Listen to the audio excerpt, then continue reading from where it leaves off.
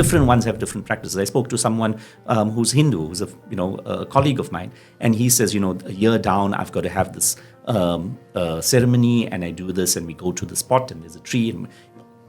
But if you spend the time to learn the differences, you can say, okay, that's a spiritual process. For them, it's a closure. But does that have to become burdensome? But is that part of scripture?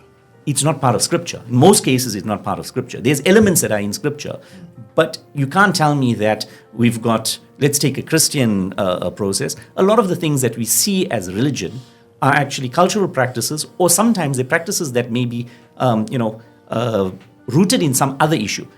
A lot of Christian practices are very often, especially around death, are very often related to things like the plague, right?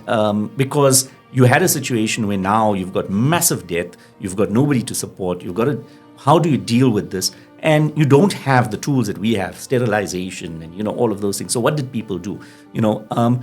And that's the history of this. So is it religion? Is it culture? Is it a practice that has evolved? We now know that we've got to be able to look at things like, disease transfer and whether or not if it's an infection, there's different things that we now do from a medical perspective, but it evolves. Context matters. Watch the full episode and subscribe for more.